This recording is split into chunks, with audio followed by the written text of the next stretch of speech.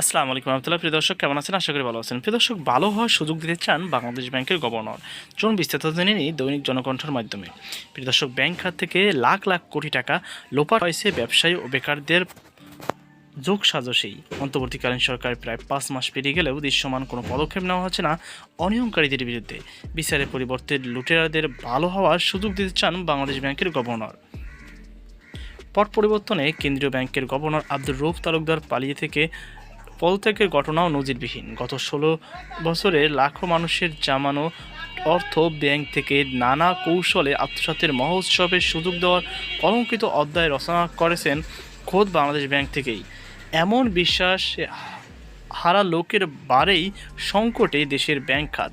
খেলাপির খাতায় যোগ হয়েছে 2,84,000 কোটি টাকা। সরকার পতনের পর অনিয়মের নানা চিত্র গণমাধ্যমে পাতায় চিত্রায়িত হলেও সংস্কারের খাতায় কতটুকু লিপিবদ্ধ হয়েছে এসব খতিয়ান অর্থনীতি নিয়ে যারা প্রতিনিয়ত থাকেন নানা পর্যালোচনায়, তাদের মুক্ত বাক্যই উঠে আসছে নতজানু পদক্ষেপের কথা।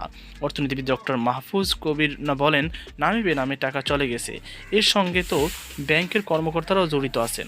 এই অবস্থায় বাংলাদেশ ব্যাংক থেকে কড়া বার্তা দেওয়া উচিত। যেসব ব্যাংকে দুর্নীতির অভিযোগ আছে সেগুলোকে প্রয়োজনে জনসম্মুখে নিয়ে আসা দরকার, কিন্তু সেই ব্যাপারে কোনো ধরনের কোনো উদ্যোগ নেই।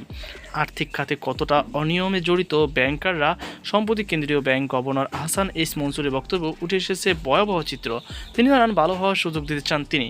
গভর্নর বলেন, মানুষকে ভালো হতে দেন, ভুল করে থাকলে কেউ শুদ্ধ হতে চাইলে আমি সেটাই চাই, কিন্তু তারপরেও সে খারাপ কাজ করলে তাকে শাস্তি অবশ্যই পেতে হবে। গুণে ধরা ব্যাংক খাতের সংস্কারে গভর্নরের এই বক্তব্য অযৌক্তিক বলছেন প্রবীণ ব্যাংকাররা।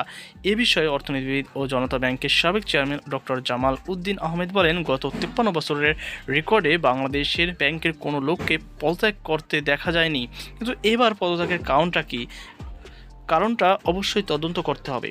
পরিচ্ছন্ন অর্থ কারবার এখনও ব্যাংকে নিজেদের আস্থায় রাখতে চান হাজার হাজার গ্রাহক, কিন্তু তাদের দাবি একটাই, লুটপাটকারীদের বিচার হতে হবে। স্বৈরাচারের কারণে ডুবতে থাকা এই দেশটা নতুন করে রাঙাতে 24-এ যারা বিলিয়ে দিল রক্ত, তাজা প্রাণ, স্বপ্ন ছিল শহীদ ও কোটি জনতার বৈষম্য, নৈরাজ্য আর লুটতারাজ মুক্ত হবে বাংলাদেশ। বিচার হবে জুলুমের, লাল সবুজের পতাকা উড়বে সমতাভিত্তিক কলনময় এক রাষ্ট্রের আকাশে।